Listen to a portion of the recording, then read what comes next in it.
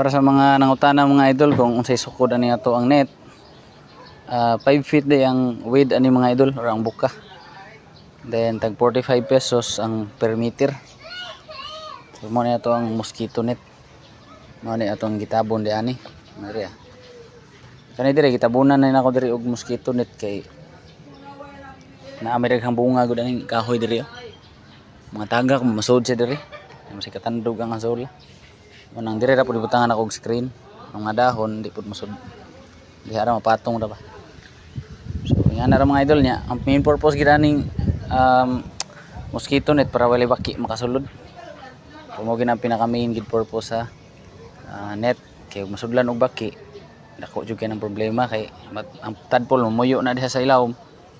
Hurot na imong asola kauno na nila. So yan na lang. Then para sa mga tong gusto gihapon mo palit sa ato ang net, then trapal, azola, so available ra gihapon. So message lang mo mga idol. Then karon natay order nga ato ang ipa-drop sa J&T. Trapal ni siya mga idol og net.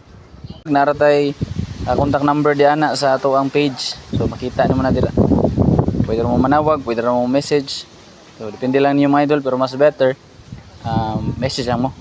Ana para masindan mo muna ko og mga like proof of waybill ana something like proof of transaction para matrace din nyo.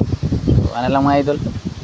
Then kani atong gipack dire butangan na nato na syempre og bubble wrap.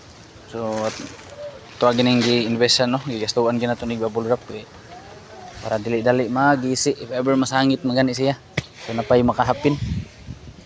So ana lang mga idol.